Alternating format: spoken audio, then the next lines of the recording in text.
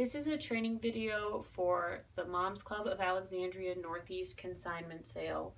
And in this video, we're going to focus on quality control issues that we see at the sale and reasons why we might pull an item from the sales floor during our quality control process.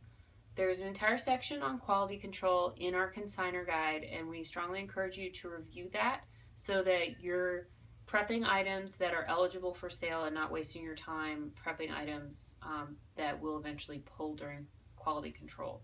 We also strongly encourage you to look at all of your items in the brightest light possible. Remember that the sale is held in a church hall with really bright fluorescent lights, so some stains or other spots on your clothes that might not show up that well in low light, like a lamp on a bedside table, really show up quite well in the fluorescent lighting. So in order to save yourself time, we really encourage you to review your clothes in a really bright setting. So first things first, we have a pair of pants with a pretty obvious stain. So this is an example of something that we would pull from the sales floor if we saw it during quality control. And it doesn't matter how much you price it at, we don't want to sell stained or ripped clothing. So this isn't something that you could talk about on the price tag. If there was something wrong with a product that you're trying to sell though, and it doesn't truly impact the functionality of the item, and you were honest about it on the price tag in the description, and it was priced accordingly, we're going to be lenient on that. It is a consignment sale, it is used clothing, but we want to sell our shoppers the best quality items that we can. We want to be proud of the items that we're selling, and we want to keep up the good reputation that our sale has.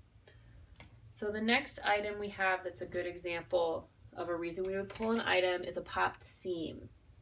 So this is a pretty pronounced pop seam, and it's a more delicate fabric. It's a cotton knit sweater. But as with any sweaters that your kids have outgrown, really check the seams, because a pop seam is a pretty easy thing to overlook, but it's quite annoying if you're a shopper who accidentally buys it. So we wouldn't want to sell anything with a popped seam. So next is just a pair of PJs, and it has a pretty big hole where I tugged at that button a little too hard, and it's an older pair of PJs, so it's hard with older clothes, and it did rip. So another issue that we sometimes find is with sets of items. So this is a 3-piece set with a hoodie, pants, and a onesie in a coordinating theme. And upon further inspection, you would notice that it's 18 months onesie and hoodie, but these pants are 12 months. So that would be a reason that we would pull the set and give it back to you, because even if, let's say, your kid had shorter legs or you felt that an item fit too small in either the bottom or the top, we want to make sure that we're selling it at what the manufacturer says it is. So we want to sell sets as all one size, and we want to sell items in the size that it says from the manufacturer. So now we have some examples of other items that are prohibited. So oldie but goodie, a VHS tape. Not a lot of people have VHS players anymore, so we just don't sell VHS tapes. A lot of the decisions we make on what to sell and not sell, we try to be as open as possible, because we want to sell items that people want, and we want you all to make money, but we have experience on what sells and doesn't sell. VHS tapes generally don't sell. So if they did, we would sell them, but they don't, and then they take up floor space, which could have otherwise been taken up by something that would sell, like toys or books. Another thing we don't sell that would take up a lot of space are stuffed animals.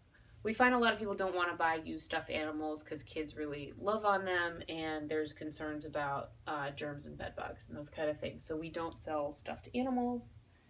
And in terms of baby gear, again, we don't have any huge examples of baby gear with us, but we strongly encourage you to check the Consumer Product Safety Commission website that we provided the link to in the consignor guide for all of your larger items and expensive items. We really don't want shoppers to get an expensive stroller home and then discover that it was subject to a recall. It's mandatory that you, for car seats, provide the car seat release and check on such things, but we really strongly encourage you to do it for any of the expensive items that you're bringing in. And as time permits, We actually have one of our volunteers going around to the strollers and searching them in the CPSC website during our quality control time on setup day. In addition, there's other decor items that we don't sell. And again, it's a decision made about floor space that's available and what sells. We don't find that people come to our sale to buy crib sets like bumpers, skirts, and comforters. It's something I think people want to buy themselves new.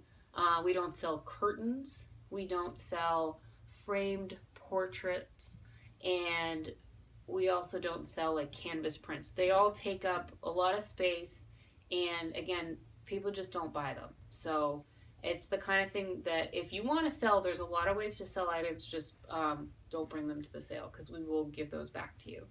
But if you have any questions about items that we haven't mentioned here or that aren't listed in the consignor guide, again, we're always here to help. So please email us at momsclubconsigners@gmail.com or post a question in our Facebook group. And thank you so much.